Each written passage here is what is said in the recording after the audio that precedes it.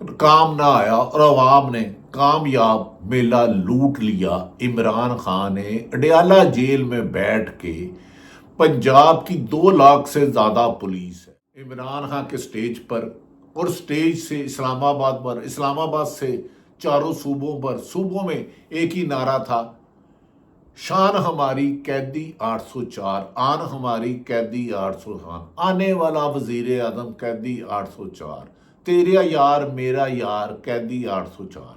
اس جوش ولولے کو حکومت کیسے روکے گی؟ میری سمجھ سے باہر ہے۔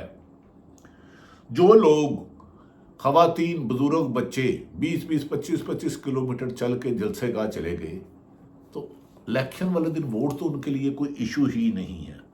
مراد سعید اور علی امین گنڈا پور نے بڑے بڑے اعلانات کیے، جس سے کمزور حکومت کی صفوں میں دراڑیں پڑ گئی۔ ایک طرف نواز شریف رہ گئے، ایک طرف شہباز شریف رہ گئے، خواجہ آصف تلاشے گمشدہ ہو گئے، مریم سماج سوچ میں پڑ گئی کہ اتنا کانفیڈنس، اتنا 2.25 سال سے ظلم تشدد، لیکن نہ عوام ساتھ چھوڑیے عمران خان کا، نہ عمران خان اپنے عزم سے پیچھے ہٹ رہا ہے۔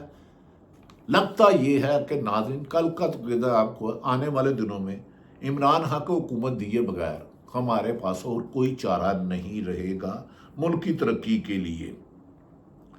مراد سعید، علی امین گنڈا پور اور دیگر لیڈران نے کہا ہے کہ ہم کھلا چیلنج دیتے ہیں، اسلام آباد کے بعد لاہور کو بھی جلسہ ہوگا، اور یہ جلسہ جو مینار پاکستان عمران خان نے کیا تھا 2011 میں، اگر انتظامیہ نے پولیس گردی نہ کی تو تاریخ کا سب سے بڑا جلسہ ہوگا۔ اور انہوں نے کہا کہ میں چیلنج دیتا ہوں کہ ہمارے 10% مقابلے میں بھی اگر یہ ساری جماعتیں 15-14 مل کے کر دیں تو ہم سیاست چھوڑ دیں گے۔ اتنا اعتماد تو کسی جیتے ہوئے سپہ سالار کا ہوتا ہے جو عمران خان اور اس کی ٹیم کا تھا۔ انہوں نے کہا اس موقع پر اچانک سٹیج میں لوگوں کے چہرے مسکرا اٹھے، ان میں ایک عجیب سی مہک آئی۔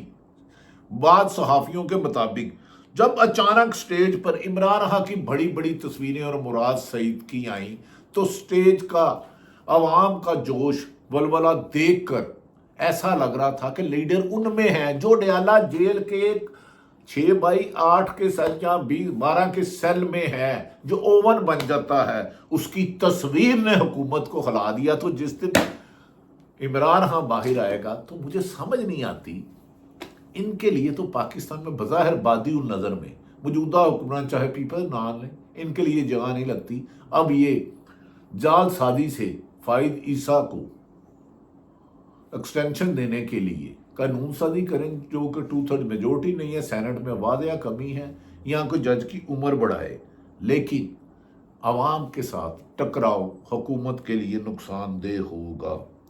انہوں نے کہا میڈیا نے جس طرح بلیک آؤٹ کیا ہے جلسے کا، اس پر بھی افسوس ہے۔ ہمارے سینئر صحافی، اللہ جنت نصیب کرے، پی ایف یو کے صدر ہیں نثار عثمانی، ڈان اخبار کا اس وقت لاہور میں بیورو آفس ہوتا تھا، وہ کہہ رہے تھے صحافی معاشرے کا ہمیشہ اللہ جنت نصیب کرے کہتے تھے آئینہ ہوتا ہے، اگر وہ آئینہ خراب کرے گا تو اپنی شکل مسخ کرے گا۔